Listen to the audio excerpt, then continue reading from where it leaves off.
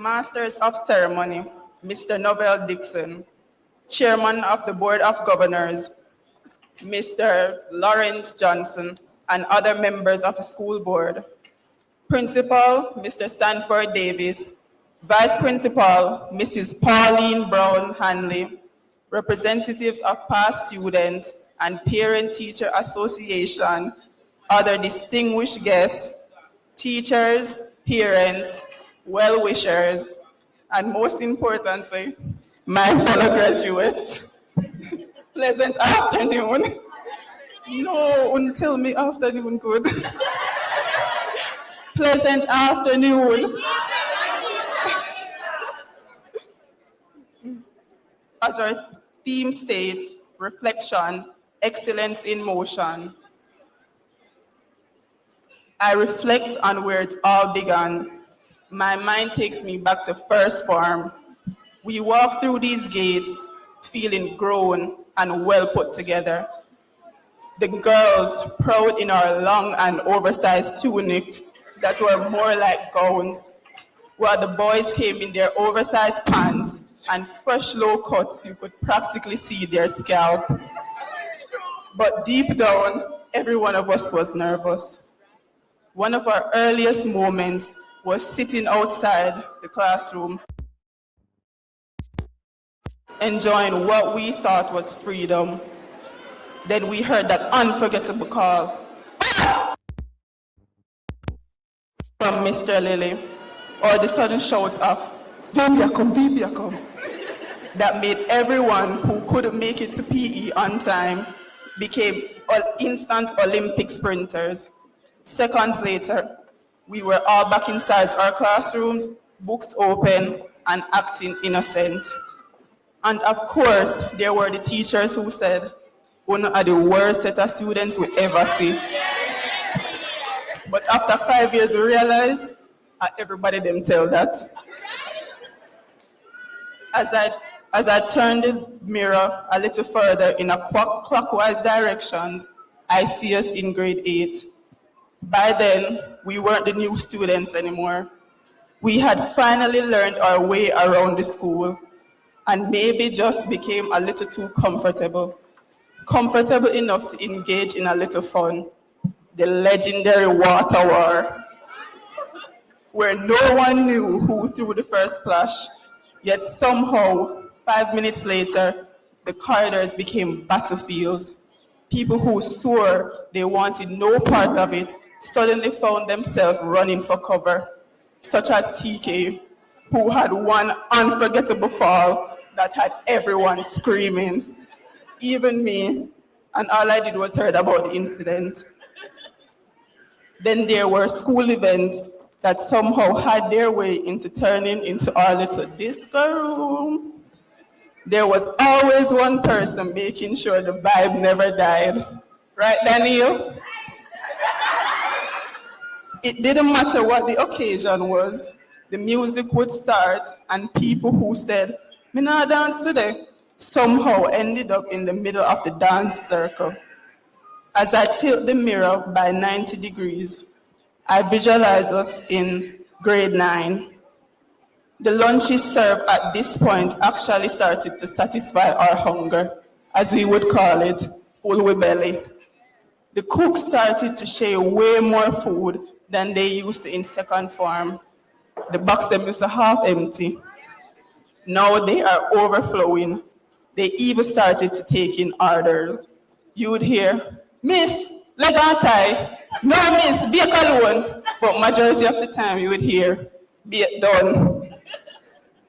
Lunchtime quickly became one of our favorite parts of the school day. Then came our favorite spot, the front of the 3M classroom, what the Dean of Discipline proudly called our veranda. If anyone was looking for us during break or lunch, chances are we were right there, talking, laughing, and making memories together. As I turn the mirror once again, the reflection begins to change. The laughter is still there, but now the future starts looking back at us. Grade 10 was the year many of us were asked one of life's biggest questions. What do you want to become? The truth is, none of us had a clue. Some people carefully researched their options. Some prayed about it. Some of us simply chose the same subjects our friends were choosing and hoped everything would work out. Thankfully, for most of us, it did. Now, we're finally upper school students. We had teachers like Mrs. Hay, who had one rule that nobody dared to challenge: no textbook, no entry. The classroom suddenly became a courtroom filled with excuses. Miss, we are going to share one book. Miss, me forgot mine. Miss, me not going to do it again. Or students like Kay Ali, hiding behind classmates, praying Mrs. Hay doesn't spot her and ask her the question she's been dreading. Where's your textbook? Looking back, that was her way of teaching us responsibility, or as she would like to call it, tough love. Or Miss Alison Wilson in maths class, when one certain student was idling for too long. Before long, you might hear, Wilson, I'm not tell you if you take your medication before you come to class. One simple statement that had the whole class laughing. Or Mr. Peter, whose voice alone make you start to wonder, I mean, McCall, if he had the chance to torment you, trust me, he might take you. Looking back, he never missed a chance to torment somebody. If he pass you and never say nothing, you start wondering if he all right. Back then, we just wanted to hear the bell ring. Looking back now, those same teachers and those same moments gave us the best memories of high school. As I turn the mirror one final time, it's grade 11. Serious time now. SBA and C-Sec season. Overnight, our conversation changed. Instead of asking, what you do after school, we started asking, how much page you reach? Or, you start study yet? Everyone had the exact same answer. Me almost finished. When me done my SBA, me start study. The funny thing was, nobody ever seemed to actually finish. The late nights became longer. The deadlines became closer. The sleepless nights became longer. The prayers became much more specific. Throughout every challenge, every deadline, every stressful moment, we kept going. Now, as I look a little deeper in the mirror, I see the anxious moments waiting to discover our graduation awards, or the rehearsal that shows how tough some of us heads really are. Now, as I look at you, I don't just see students, I see the class of 2026, not the nervous grade 7 students who walk through these gates wondering where they belong. I see young men and women who have grown-ish, who have semi-matured and discovered strengths they never knew they had. We did it. We are here. 5 years later, 2 different uniforms, more inside jokes than we could ever count. Alexa, I will burn today. Friendships that grew, that changed, friendships that grew stronger, and friendships I truly believe will last a lifetime. So today, as we look into this mirror, we do not just see the person standing before you. We see every version of ourselves that made this moment possible. Every reflection tells a story. Every story taught us a lesson, and every lesson kept us moving towards excellence. As I conclude, I'd like to say thank you to our parents, guardians, and families. Thank you for your support, encouragement, sacrifices, and prayers. This achievement belongs to you as much as it belongs to us. To our teachers, thank you for your patience, your guidance, your encouragement, and for pushing us to be our best, even when we didn't always appreciate it at the time. To our auxiliary staff, thank you for everything you did behind the scenes to make our school feel like home, and especially to the kitchen staff. Big up yourself.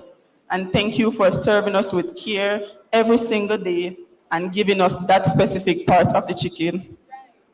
But for the next generation's sake, please fry more fritters because it'll finish too quick.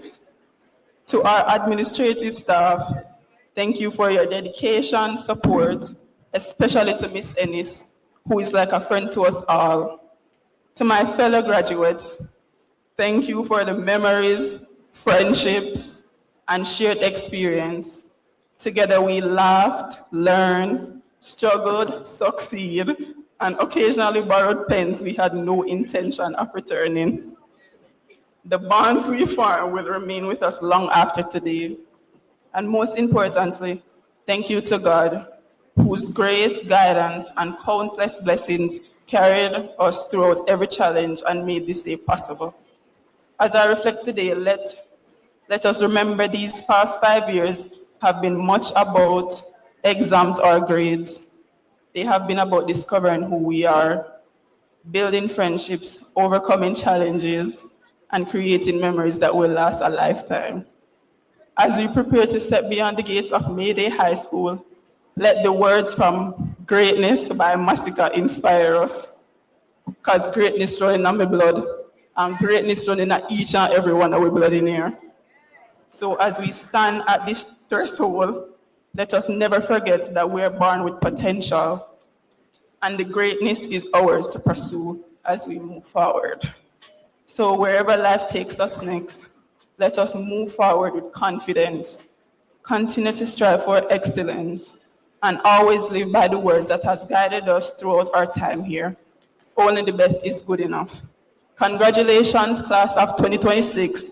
Thank you, and may God bless us all.